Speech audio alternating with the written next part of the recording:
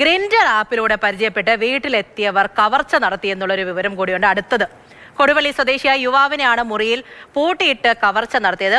കത്തി കാണിച്ച് ഭീഷണിപ്പെടുത്തി 20,000 രൂപ തട്ടിയെടുക്കുകയായിരുന്നു എന്നാണ് വിവരം. ബിനിൽ തന്നെയാണ് ഈ കാര്യങ്ങളും പറയുന്നത്. ബിനിൽ, ഇവിടെ എന്താണ് സംഭവിച്ചത്? പൂജ, നേരത്തെ നമ്മൾ കാക്കനാടാണ് ഈ ഓൺലൈൻ തട്ടിപ്പ് നടന്നതെങ്കിൽ ഈ വലിയ കവർച്ച നടന്നിരിക്കുന്നത് വടക്കൻ പറവൂരാണ്. വടക്കൻ പറവൂരിലെ കോട്ടുവള്ളിയിലാണ് ഇന്നലെ ഈ സംഭവം നടന്നിരിക്കുന്നത്. അതായത് ഗ്രിൻഡർ ആപ്പ് വഴി പരിചയപ്പെട്ട യുവാവ് വീട്ടിലേക്ക് വരികയാണ്. ഈ കോട്ടുവള്ളി സ്വദേശിയായ യുവാവിന്റെ വീട്ടിലേക്ക് എത്തുന്നു. വീട്ടിൽ മറ്റാരും ഉണ്ടായിരുന്നില്ല. അപ്പോൾ ഈ പരിചയപ്പെട്ട് വരുന്നയാൾ അയാളുടെ ഒരു സുഹൃത്തിനെയും കൂട്ടിയാണ് വരുന്നത്. അങ്ങനെ അവർ രണ്ടുപേർ വരുന്നു. ഈ കോട്ടുവള്ളി സ്വദേശിയെ അയാളുടെ വീട്ടിലെ ബെഡ്റൂമിൽ കയറ്റി പൂട്ടി. അതിനുശേഷം അയാളുടെ വീട്ടിലെ തന്നെ കത്തിയെടുത്ത് ഭീഷണിപ്പെടുത്തിയാണ് പണം കവർന്നിരിക്കുന്നത്.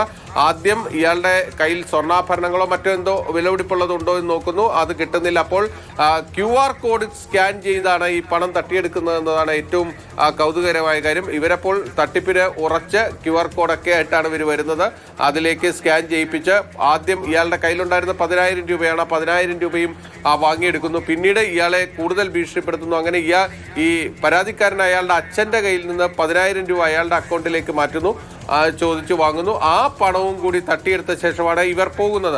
ഈ ഗ്രിൻഡർ ആപ്പ് വഴി വന്ന ആളുകളായതുകൊണ്ട് തന്നെ ഇവർക്കൊരു ഉറപ്പുണ്ടായിരുന്നു, ഇയാൾ ഒരിക്കലും പരാതിപ്പെടില്ല എന്നൊരു വിശ്വാസത്തിലാണ് ഈ തട്ടിപ്പ് മുഴുവൻ നടത്തിയിരിക്കുന്നത്. കാരണം ഇയാൾക്ക് ഇത് പുറത്തു പറഞ്ഞാൽ ഉണ്ടാകാവുന്ന നാണക്കേടൊക്കെ കണ്ടുകൊണ്ട് അവർ ഇതൊരിക്കലും പുറത്തു പോകില്ല എന്നൊരു ആത്മവിശ്വാസത്തിലാണ് ഈ രണ്ട് പേരും പുറത്തു പോയിരിക്കുന്നത്. പക്ഷേ പോലീസ് ഇവർക്ക് പിന്നാലെയുണ്ട്.